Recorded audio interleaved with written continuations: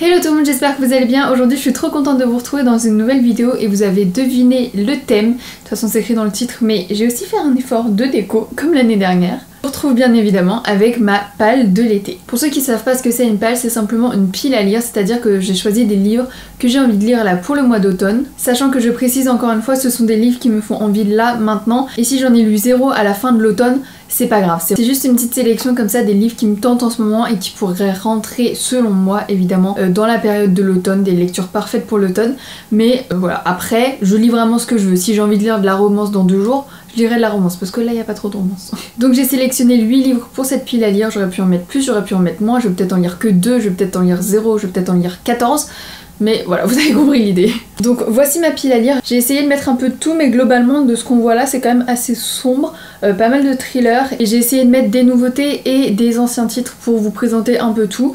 Je sais qu'il y a des choses qui étaient dans ma pile à lire d'été que je vais lire en automne parce que j'ai pas eu le temps de les lire pendant l'été, mais je me suis dit que j'allais pas vous les remettre dans cette vidéo parce qu'en fait le but c'est aussi de vous présenter des livres dont je parle pas tout le temps. Sauf que si à chaque fois je mets les mêmes livres dans les piles à lire de chaque saison parce que j'ai pas eu le temps de les lire, bon, elles vont un peu servir à rien mes vidéos. Voilà, là j'ai pris un peu de tout, mais c'est des trucs qui me tentent beaucoup et que j'aimerais beaucoup lire prochainement si possible. Donc premier titre que je voudrais découvrir cet automne, vous allez être très content.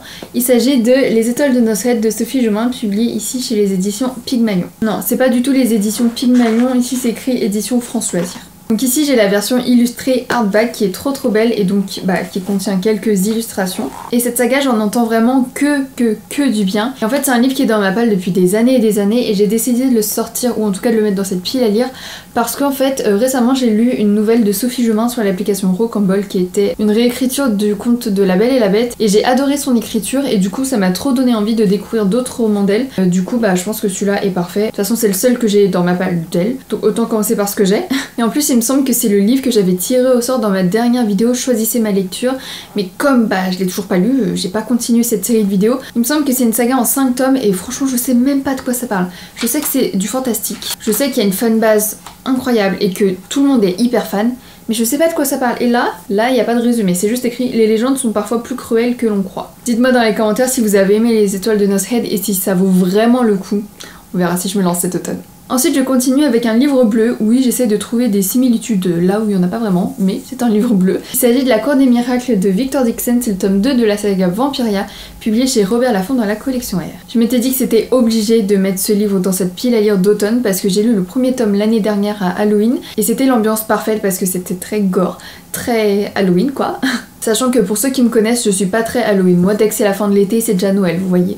Donc ce livre est sorti au mois de juin et j'ai pas encore pris le temps de découvrir ce deuxième tome, qui n'est pas vraiment un deuxième tome d'ailleurs. Mais je crois qu'il sort en audio fin septembre, donc je pense que je vais pouvoir me le procurer et le lire, comme ça me permettra d'avancer dans mes lectures, parce qu'en vrai c'est un gros pavé quand même. Hein. Il fait plus de 500 pages. C'est le genre de lecture que j'aime bien, mais c'est vrai que quand c'est en audio, c'est toujours mieux parce que... Enfin, j'adore moi les livres audio, vous le savez. Donc j'espère que je pourrai écouter celui-là en audio. Pour la période d'Halloween, c'est parfait. Je vous ai même pas dit de quoi ça parlait. En fait, je vais vous résumer le premier tome, mais genre vraiment de manière très vite fait parce que je suis un peu nulle sur ce genre de résumé et je me souviens pas très bien. J'ai rien préparé, vous voyez ? Quand je vous dis qu'il faut que je prépare mes vidéos. Donc dans le premier tome, on est en 1715 et le roi Soleil s'est transmuté en vampire pour devenir le roi des ténèbres. Et du coup le roi Soleil règne sur la Vampiria. Ensuite on se retrouve 3 siècles plus tard où on va suivre Jeanne qui est arrachée à sa famille de roturiers et catapultée à l'école, formant les jeunes nobles avant leur rentrée à la cour. Ensuite il va se passer plein de choses qui fait qu'il va y avoir 1000 rebondissements et voilà pour le tome 1. Du coup pour le tome 2 je sais même pas trop où on en est dans l'histoire et qu'est-ce qui va vraiment se passer, mais je sais que pas mal de personnes ont préféré le tome 2, enfin quoique j'ai vu des avis différents donc je sais pas, je l'écouterai en audio et on verra bien. Ensuite changement de registre complet, j'avais envie de relire un young adulte un peu classique, mais genre avec... Ah si, il y a de la romance, j'avais dit qu'il n'y avait pas de romance, mais un peu de romance quand même. Donc j'aimerais beaucoup découvrir The Prom de Sandra Mitchell, publié chez Pocket Jeunesse. C'est un livre qui est sorti il y a quelques mois déjà et qui a même été adapté sur Netflix, et je me dis qu'en fait il est tout petit, il fait bon 250 pages, voilà, il est quand même raisonnable. Je pense que ça peut se lire très vite et le thème de l'histoire a l'air grave cool. Donc là c'est un peu pour s'éloigner de Victor Dixon qui va nous mettre mal dans des trucs gore et tout. Là ça va être plus mignon je pense, quoique là il va y avoir un peu de révolte, mais c'est quand même plus cool je pense que Victor Dixon. Dans cette histoire on va suivre Emma qui ne veut qu'une seule chose, c'est danser avec sa copine au bal du promo, mais dans sa petite ville les esprits ne sont pas très ouverts et ils sont pas très contents. Du coup dans le lycée dès qu'ils apprennent ça il y a un groupe d'opposition qui se forme dans le but d'annuler l'événement carrément, juste parce qu'elle veut aller danser avec sa copine. Et le pire dans tout ça c'est que le groupe est dirigé par la mère d'Alyssa, la petite copine d'Emma, qui risquerait gros à dévoiler sa relation amoureuse. Et donc visiblement, l'histoire d'Emma va arriver aux oreilles de 2 stars de Broadway qui vont débarquer chez elle pour prendre les choses en main. Voilà, je pense que ça va être une histoire un peu plus légère, mais qui va quand même traiter de sujets difficiles et quand même importants. Mais voilà, j'avais envie de caser quand même un livre plus cool, on va dire, et assez court. Donc voilà, pour The Prom. Et quand je le lirai, je pense que je ferai une vidéo du livre à la série, non, au film du coup, Netflix, parce que du coup, bah, il y a eu un film Netflix, et j'ai très hâte de voir ce que ça peut donner en adaptation. J'ai pas trop vu d'avis, je sais plus trop ce qu'il en est, c'est sorti l'année dernière, mais voilà. Ensuite on retourne dans une ambiance un peu plus sombre, j'ai très envie de découvrir La Malédiction de Highmoor de Erin A. Craig, publié chez les éditions Casterman. Ce livre vient de sortir à l'heure où je vous tourne cette vidéo et franchement j'en entends que du bien. Enfin en tout cas, moi le pitch me paraît trop cool et j'ai trop envie de le lire. Pardon c'est flou, c'est ma nouvelle caméra qui est archi nulle. Je viens de l'acheter mais je crois que je vais déjà en acheter une autre. Donc cette histoire, on est dans de la fantasy où le manoir de Highmoor est isolé au milieu d'un vaste océan. Et en fait le duc Thomas a déjà perdu 4 de ses filles dans des dramatiques accidents ou maladies ou autres. Et du coup elles sont 12 et donc 4 sur 12 sont déjà décédées dans d'étranges circonstances. Et du coup tout le monde pense qu'elles sont maudites, les 12. Sauf que l'une d'elles, Anna Lake, refuse de croire à cette rumeur et est certaine qu'il y a quelqu'un qui en veut à cette famille.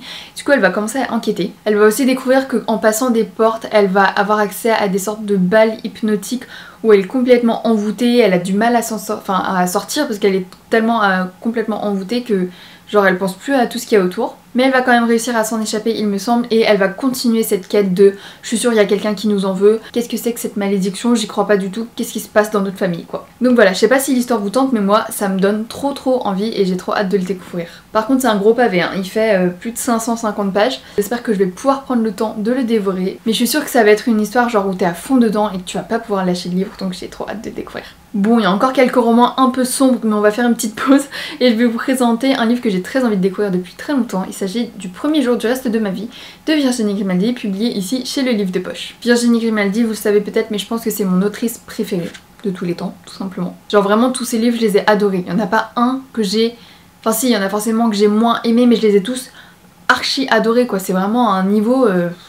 Du coup celui-ci c'est le tout premier qu'elle a écrit, il me semble que dans un live Instagram elle avait dit que c'était celui où elle avait peut-être moins mis d'elle, genre c'est peut-être un peu moins personnel, du coup peut-être un poil moins touchant, j'en sais rien, je l'ai pas encore lu. Je sais même pas de quoi ça parle et je veux même pas savoir parce que pour moi c'est juste Virginie Grimaldi, c'est la valeur sûre. Il me reste que celui-là à lire et son tout dernier que j'ai pas encore lu parce que je les ai en poche en fait et du coup bah le dernier n'est pas encore sorti en poche mais j'ai trop hâte de découvrir franchement. Virginie Grimaldi quoi. Si vous avez pas encore lu, je peux plus rien pour vous. Ensuite on revient à un sujet un peu plus sombre, promis c'est l'avant-dernier. J'aimerais beaucoup lire Samedi 14 novembre de Vincent Villeminot, publié chez Sarbacane dans la collection Exprime je crois. Ce livre j'aimerais beaucoup le lire autour du 13-14 novembre parce que du coup dans cette histoire on va parler des attentats du 13 novembre. On va suivre une personne qui était à la terrasse où il y a eu l'attentat et qui a vu les tireurs. Sauf que le lendemain en sortant de l'hôpital il croise un homme dans le métro et il le reconnaît. C'est l'un d'eux, c'est un des tireurs qui a tiré la terrasse la veille. Du coup là évidemment c'est complètement la panique dans sa tête, il a pas trop décidé de ce qu'il va faire encore mais il le suit. À mon avis ça va être un roman très rapide à lire parce que franchement il est pas très long et il y a beaucoup de pages voilà, de vide et tout. Donc voilà c'est un roman que j'aimerais beaucoup découvrir que j'ai pas eu encore l'occasion de lire parce que ça fait un petit moment que c'est dans ma palle pourtant mais voilà j'aimerais beaucoup le découvrir. J'espère. Dites-moi si vous l'avez lu. Ensuite, avant de terminer en beauté, ou plutôt en tout l'inverse, j'aimerais beaucoup lire Nos résiliences d'Agnès Martin-Lugan, publié chez les éditions Pocket. En fait, vous savez là, j'ai mis quelques romans ou auteurs chouchous parce que je sais que je vais aimer leurs livres et que dans tous les cas, ça va être une excellente lecture. Agnès Martin-Lugan, elle en fait partie. J'ai pas encore lu Nos résiliences. Je sais pas de quoi ça parle et j'ai pas envie de savoir de quoi ça parle, tout comme Virginie Grimaldi. Je me lance à l'aveugle sur ce genre de roman parce que j'aime beaucoup leur écriture. Je trouve qu'Agnès Martin-Lugan fait toujours des personnages très forts, très émouvants et c'est ce que j'aime, y aller à l'aveugle et ne pas savoir de quoi on va parler, juste profiter du moment présent et savourer le livre en fait. Du coup voilà, je n'ai pas de résumé à vous faire parce que je ne voudrais pas me spoiler, même si c'est pas vraiment un spoil, mais j'aime y aller à l'aveugle comme je vous l'ai dit. Donc voilà, Nos résiliences d'Agnès Martin-Lugan, une valeur sûre que j'aimerais beaucoup découvrir cet automne. Et pour terminer cette pile à lire, je suis désolée, ça va pas être très joyeux, mais j'aimerais beaucoup lire Ils ont laissé papa revenir de Tony McGuire, publié ici chez Le Livre de Poche. En fait pour moi l'automne ça rime un peu avec thriller, histoire sombre, Halloween en même temps, et du coup c'est pour ça que j'ai des trucs assez durs dans ma pile à lire, et en même temps c'est ce que j'aime aussi, lire des trucs durs, parce que j'aime être émue, et là encore pire parce que c'est une vraie histoire, mais ouais, vous savez à quel point j'aime lire des livres sur les faits réels et tout, à quel point ça me fascine de lire ce genre de trucs, parce que je me dis vraiment comment c'est possible, je n'arrive pas à concevoir en fait. Donc pour ceux qui ne le savaient pas, ça c'est le deuxième tome de Ne le dis pas à maman, qui est une histoire d'inceste où le père viole littéralement sa fille, qui est en très bas âge, je sais même plus à quel âge, depuis l'âge de 6 ans.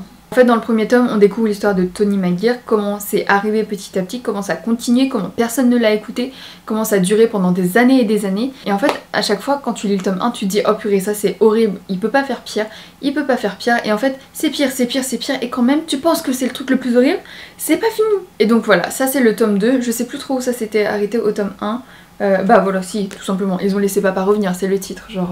Donc j'ai très hâte de le découvrir, ça risque d'être extrêmement poignant. Quand j'avais lu le tome 1, j'avais eu besoin de faire une pause ensuite parce que je m'étais dit oula, c'est fort, c'est très fort émotionnellement, mais j'ai besoin d'une pause. Voilà, sur ces good vibes, je vous laisse. Désolée, c'était très sombre cette vidéo. N'hésitez pas à me dire dans les commentaires quelle est votre pile à lire de l'automne, si vous avez lu un de ceux que j'ai présentés. N'hésitez pas à vous abonner, ça fait très plaisir et ça me soutient en tant que créatrice de contenu vu que maintenant c'est mon métier. Likez et commentez la vidéo parce que non seulement j'adore vous parler dans les commentaires, mais en plus de ça, ça va beaucoup m'aider dans les référencements, les statistiques et les machins. Vous savez tout. Et puis activez la petite cloche pour ne pas louper mes vidéos, le mercredi à 17 h et le samedi à 9 h 30. Voilà, moi je vous retrouve du coup mercredi pour une nouvelle vidéo et je vous souhaite de très belles lectures. Bisous.